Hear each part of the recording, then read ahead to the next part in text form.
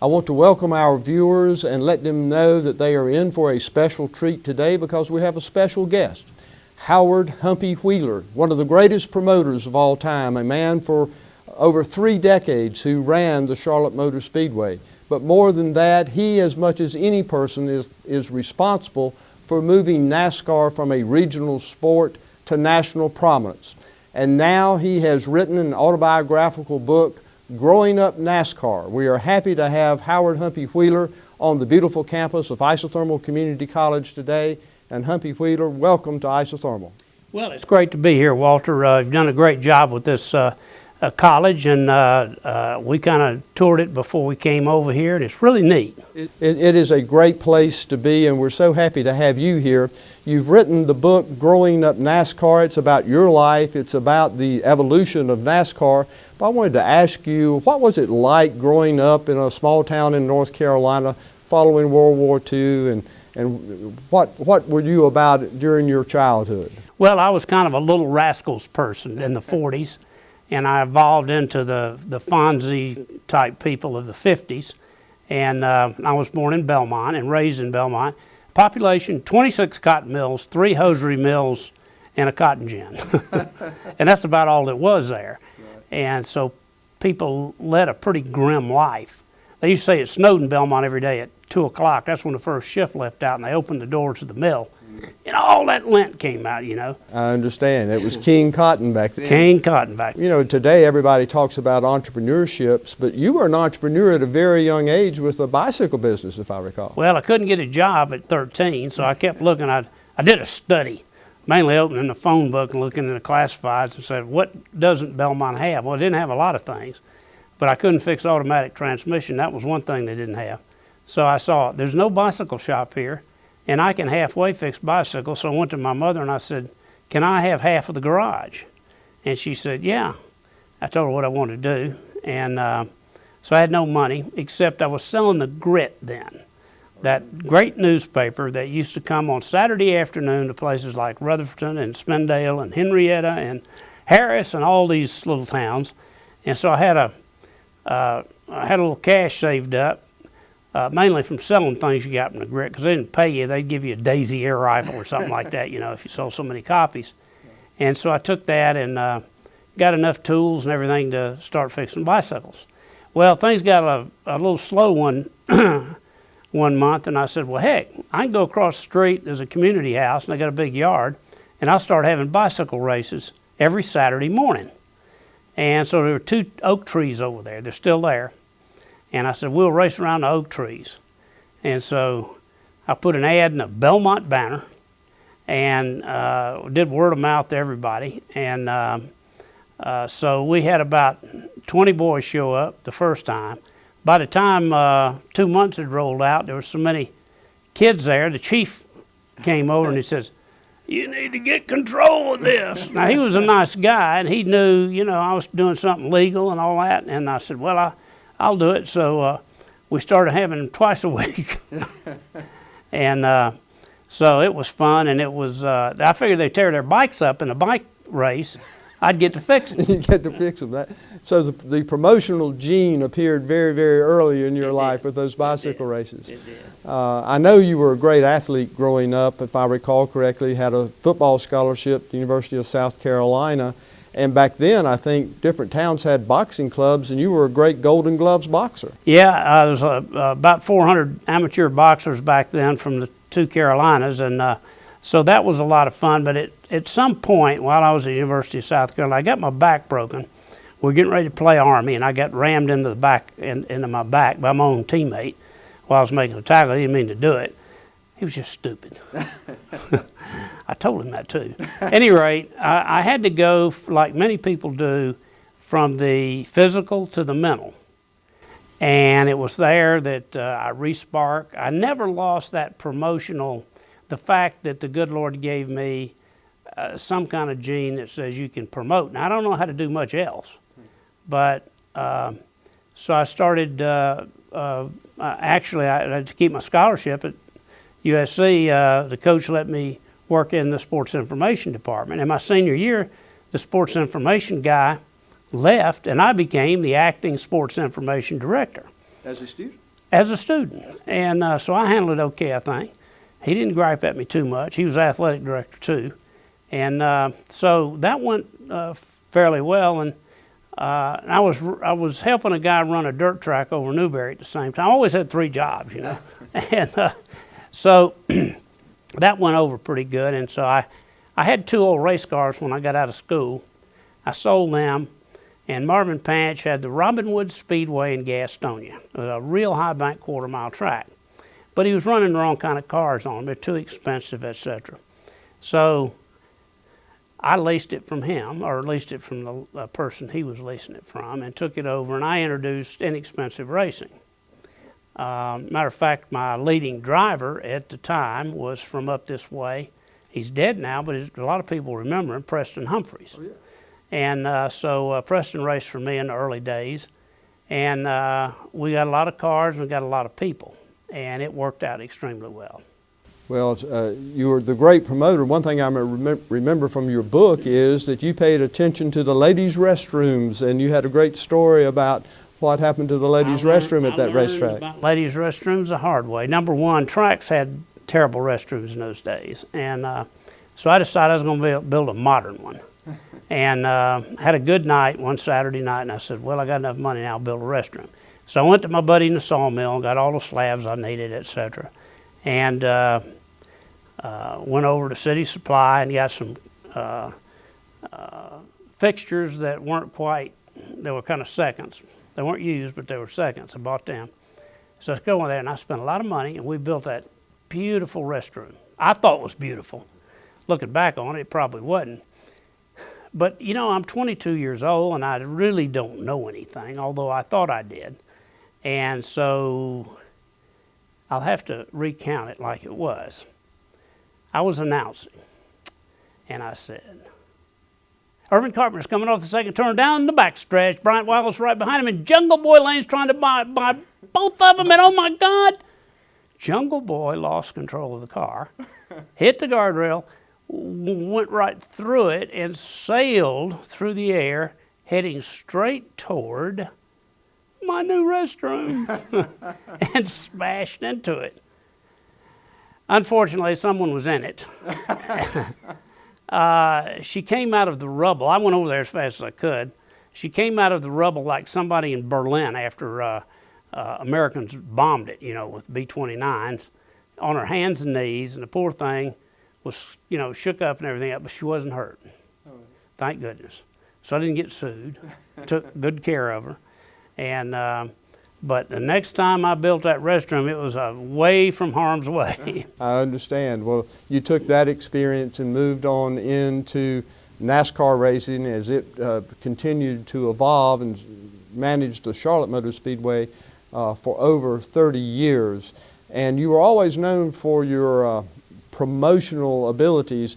And I remember one story also that the wonderful, glamorous actress Elizabeth Taylor came and was your grand marshal, and people doubted that you had really done that and wondered how in the world you accomplished that. So tell our viewers how you accomplished that. Well, the first thing is, nobody thought they thought I was bringing some woman that looked like Elizabeth Taylor in, because they couldn't imagine her. The last place in the world Elizabeth Taylor was going to go to was a racetrack, right?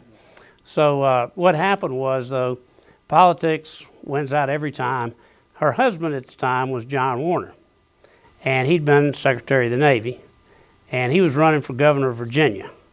And of course, there were a lot of Virginia race fans there. So I called him on the phone, and I said, you really need to come down and be our guest at the Speedway, because it'll make you look like you're down there with everybody, and person of the earth. And by the way, you need to bring your wife.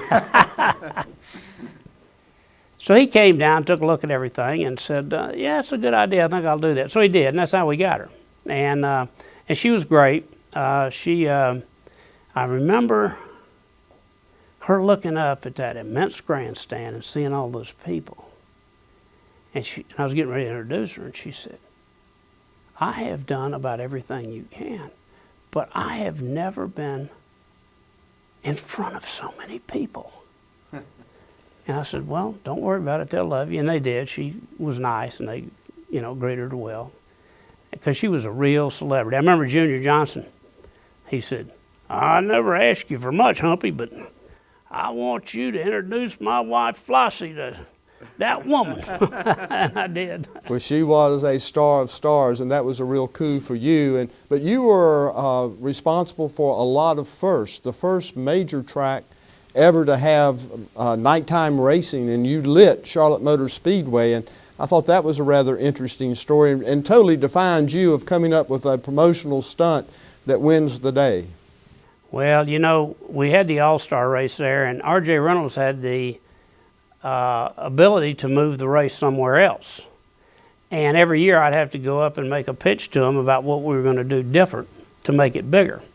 So I went up there with all these grand ideas and met with them, and Wayne Robertson was running RJR at the time, and he said, "Well, I've listened to this whole spiel of yours, Humpy, and you ain't got an idea yet."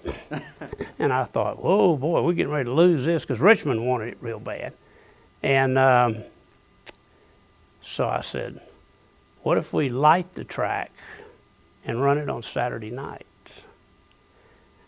And all of a sudden his eyes popped up, and I knew that I'd struck a nerve. He said, "How are you going to light a super speedway?"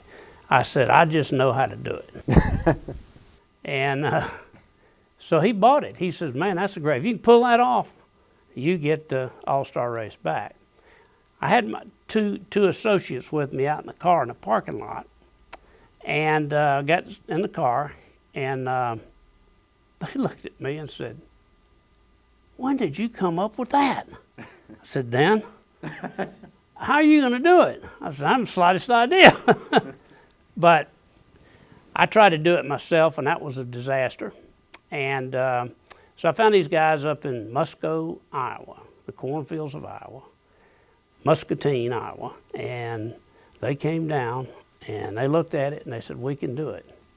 So one cold January day, I went up there, snowing like the dickens, went into the hangar at Muscatine International Airport, 5,000 feet long, and they had built a mock-up in quarter scale of the fourth turn, and they showed how they would run the lights from the inside facing the infield and hit big giant mirrors, and that mirror would flash the light back to the inside of the track, thus not blinding the drivers. It was absolutely marvelous, and they ended up with 49 international licensing patents with it, and the rest is history. Every track in NASCAR now just about is lit. It was truly revolutionary, and you've been involved in a lot of things that were revolutionary, and obviously racing has changed a lot. When Marvin Panch and Dale Earnhardt's father were racing, oftentimes you raced what you drove to the track. Right. Now it's very high tech. Information is going back to the shops and then relayed to the pits. But what do you see as the most significant changes in racing? What's been good, what's been bad, and where does it need to go? Well, the good part of it is that we moved out of a regional sport into a national sport, and we got a huge TV contract for a long time as a result. The bad part of it is we got a little fancy along the way. I remember I'm sitting there one day, and this sponsor, NASCAR sponsor, called me, not one of ours, and said, "You really need to change the national anthem. You need to get Maria Callas or some opera singer to sing it, put a little class in the place." As soon as the guy hung up, I called George Jones's agent. I said, "Bring George down. I want him to sing the national anthem." And George I'd booked him 9 times. He always showed up on time and always did what he was supposed to do. So he came, I got there and I'm talking to him. I said, "George, look, I got a real problem here." I said, "It's getting too fancy."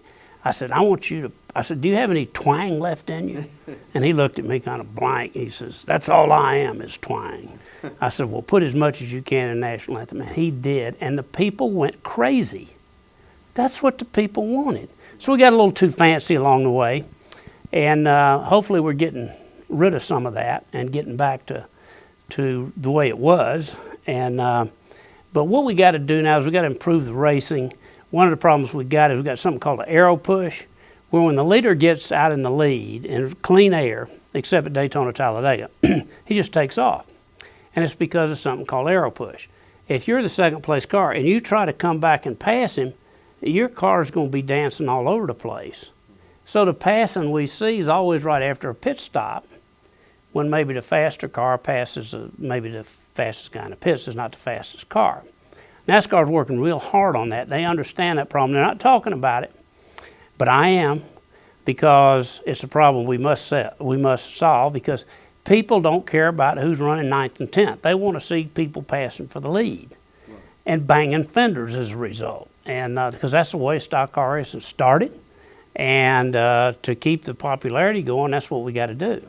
Well, over the years, I know you saw a lot of drivers, a lot of team owners. Who were some of your favorites? Who made the most impression on you and on racing?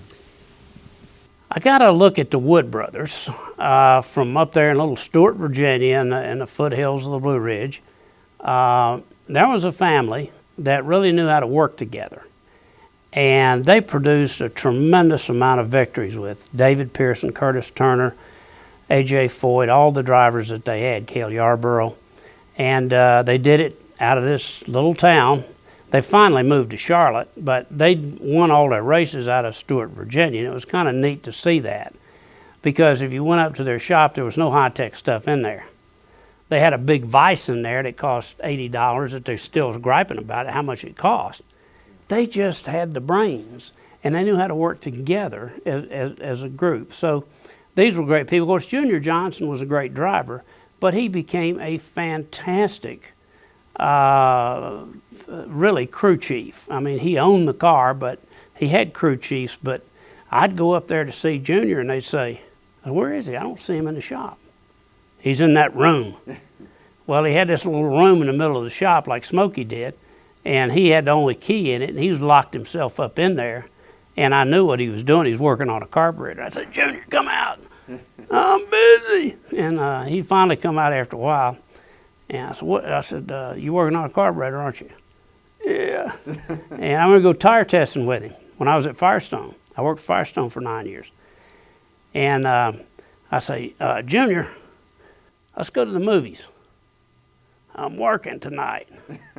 In the motel on a carburetor. That was his idea of a great night. That was his fun, right? Which incidentally is Jack Roush's favorite thing to do too. So, you know, he was great. Of course, the Petties, you know, and all these guys came from little towns, very, very modest beginnings, and they're a great example to all of us in North Carolina and the Southeast of how you can come from nothing and make something out of yourself if you want to bad enough. And that's why I like what you're doing so much, is because you're taking kids and adults who maybe missed it, and you've got so many courses here. I mean, you can do body work, you can learn to be a cosmetologist, healthcare, all kind of healthcare courses, and a general education. And you've replaced all those hundreds and hundreds of junior colleges that used to exist around here that people have forgotten about, and replaced it with a school where people can go and learn how to do something and give themselves a purpose. That's the biggest thing missing in America today. People don't understand purpose. This gives them a sense of purpose. I agree with you. There's a great quote from Dallas Herring, who helped create this community college system. It said, "We take people from where they are and take them as far as they want to go." And it is a great quote, and it's a great place, and it's a great system, and I appreciate your comments on that. I was going to ask you, you obviously had a different perspective than a lot of people, and you tell a story of how Dale Earnhardt Sr. was really, in some sense, a part of, akin to the wine and cheese crowd. I thought that was an interesting story. Well, you know, I remember when he was a little kid, because Ralph Earnhardt, his dad, and I were good friends. And I'd go to the shop all the time, and here's a little skinny kid was running around getting in the way and everything, and Ralph would say, "Dale, shut up," you know, in his quiet way. Ralph didn't talk much. And so as Dale came up and up and up, and I began to watch him drive on dirt, and I really thought he had a lot of potential. And I started to think, is there anybody to give him a ride? I mean, he's a stringy-haired, skinny guy. He didn't talk right, didn't dress right, didn't do anything right, except drive a race car like nobody I had seen. And eventually, of course, that prevailed. And through a period of time, he slicked himself off, as we say in the country, and learned how to buy suits, thanks to Teresa and a few other things. And he really became somewhat a lot more sophisticated than he was in the early days. When he started drinking wine, I thought he'd gone crazy. I called him, I said, what is this wine drinking stuff? You give up Jack Daniels, huh? Well, yeah, he says, you know, Richard Childress has taught me a lot about wine. Of course, Richard's in the wine business now, but he's always liked it for some reason. And he says, he's taught me about all these Merlots and Cabernet, whatever you call it, and all this other kind of stuff, you know. And he said, I can't pronounce it, but I know what it tastes like, you know. So he'd really gotten into that. And I said, well, you're in the wine and cheese crowd now. The last person I'd ever thought to see to do that. Well, I thought it was an interesting story, and a couple of other things I wanted to ask you about, because you were seen as a giant in the motorsports industry, but you have a great perspective on economic issues. You were on the Charlotte Chamber Board. You were the chair of the Charlotte Regional Economic Development Partnership. Obviously, as a nation, we've been through some tough times. In North Carolina, the loss, or the, textiles, tobacco, and furniture, not the giants they used to be. Where do you see the economy going, and what are the promising things of the future? I see great things, but I think what America and the rest of the world, I travel to Europe quite a bit, and Europe is in terrible shape. I mean, their unemployment over there is horrendous, and you know what the unemployment figures in this country are. They're not 8%, they're 16. This is the way they skewer things. And then you look at the total of underemployed people that we have. I have people call me all the time, I need a job, I need this, and people that have had good jobs. What we have to do is we have to use creativity to solve this problem. We got to look for gaps in the market and jump in those gaps. That's where money's always been made. That's where Coca-Cola made. They saw a gap in the market. As people going to stop drinking water, they're going to start drinking our stuff, okay? Goodies. We see a gap. People want to take tablets. They want a mainline aspirin, so we're going to fix it for them, you know. And there's just a lot of things that I have done extremely well with a gap in the market. Fast foods, for one, like them or not, that was a gap in the market. So what everybody's got to do today is look for that gap. Now, I've been dealing with electric car companies, and it's a fascinating thing to see that, because there are thousands of people across the world trying to develop, not the new car, the electric car, they know how to do that. It's the battery that goes in it that's at fault right now. I need a battery that you can put in the car in Rutherford, drive it to Atlanta nonstop, and have it recharged in the time it takes to put a full tank of gas in it, and then come back. They aren't there. The lithium-ion battery, which everybody's got in their cell phones and things like that, was a real breakthrough when it happened, but it doesn't translate into a big battery. So you got all these thousands of people working on batteries. I've seen people in big companies working on these batteries and these little think tanks. I've seen guys in the basement, you know, Rube Goldberg type people. They're the Wright brothers all over again, Thomas Edison. And probably somebody in one of these basement places, unfettered by any corporate dialogue, is going to solve this. And when they do, it is going to blow the economy wide open, because all of a sudden the electric car really becomes something. And much like the internal combustion engine did to the economy, particularly of the United States, when Henry Ford came out with a mass-produced Model T Ford in 1911, it just began to just change everything. So that's one of the things that's going to happen. Again, that's creative thinking leading to a real breakthrough economically, learning how to do something that other people don't know how to do. And it's also like Rutherford County, okay? Is there something else we can do here besides what we do? Of course there is. We just haven't figured out what it is yet. Now, it may be the grand site of carbon fiber industry. The carbon fiber industry is the greatest industry in the world. People just don't know about it. Detroit doesn't even pay attention to it because they're into plastics and aluminum and steel. Carbon fiber, if every car was made out of carbon fiber today, we would increase mileage 50%. But it's too expensive. There's about 7 really good carbon fiber companies in the world right now that are into what we call a directional carbon fiber, which is real elite and very expensive, but it is the carbon fiber of the future. Why couldn't they locate in Rutherford County? There's no reason why they can't. They're all spread out now, and usually industry locates close to each other. So it's creative thinking, it's how do you get to those people to make it happen, and all those things. So I think the United States is going to come back. I think people should just stop looking for Washington to solve the problem of all this. Although Washington can help this deal a great deal by economic incentives to do these things. And begin to think about the gaps in the market and try to come up, just like I've started a new company. There's an absolute gap. It's called Speedway Benefits. When I left the Speedway, I began to go around the short tracks, and I saw they had a tremendous problem. And that is they don't have advertising revenue, and their expenses are too great. So I said, why don't we collectivize these 1,500 tracks across the country into one unit? Then we can go to a major bottling company and say, we represent 1,500 tracks, and we'll put you in every one of them. And they, oh my gosh, that's 40 million people. And there's no way they're going to do it.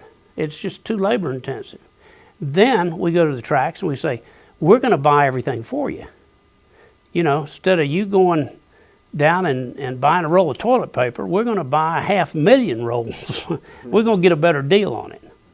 And so that's a gap in the market, and that's what everybody in America's got to look at. Where are the gaps? Right. That's just like those bicycle races you started back when you had your bicycle shop. Yep. Always the promoter and Yeah. thinking ahead. We appreciate that so much. I know you mentioned some of the things you're doing now, and your book, I think, is very, very entertaining. If you don't have to be a NASCAR fan necessarily to appreciate that book. If you grew up in the South, if you have a little bit of Scotch-Irish heritage, which I know that you're very proud of that, and it is an amazing book, and I appreciate that. You want to make any comment about that book?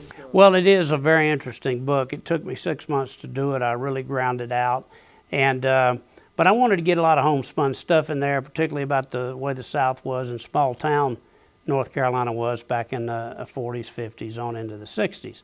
And then what it was like to grow up, literally, with all the Pettys and Yarboroughs and all those people. I mean, I met Richard Petty for the first time when I was 15. He was 16. And although Cale Yarborough was the same age I was, but somehow or another he lost 2 years along the line. But at any rate, it's a book that really goes into a lot of things. And it goes into a lot of the interesting things about integration back in those days when it was terribly segregated. And some of the things I went through, even though I'm a white person, but some of the things I saw traveling with black boxers through the South, and where they couldn't get anything to eat. And we figured out how to do the fast food deal fast. We'd go into a restaurant, and if it was high noon and it was packed, and they wouldn't let black people in it, those guys would get out of the car and go to the back. All the people in the kitchen were black. They're going to serve these boys right away, and they bring the boxes back. So we got food right away. If it was 1:30, everybody cleared out of the restroom, and I went in the restaurant, need 3 boxes. Boom, I got it. So we sort of invented fast food. You figured a way around it. Yeah. Well, I cannot thank you enough for being on the campus of Isothermal Community College today. You're here to help us raise a little money for our college, and we appreciate that. You're not only one of the greatest promoters of all time. I think you're one of the great humanitarians that we've had in North Carolina and one of the great leaders, and we are very honored to have you on our campus, and we very much appreciate the time we're spending with you today. Well, thank you, Walter, for asking me. Thank you.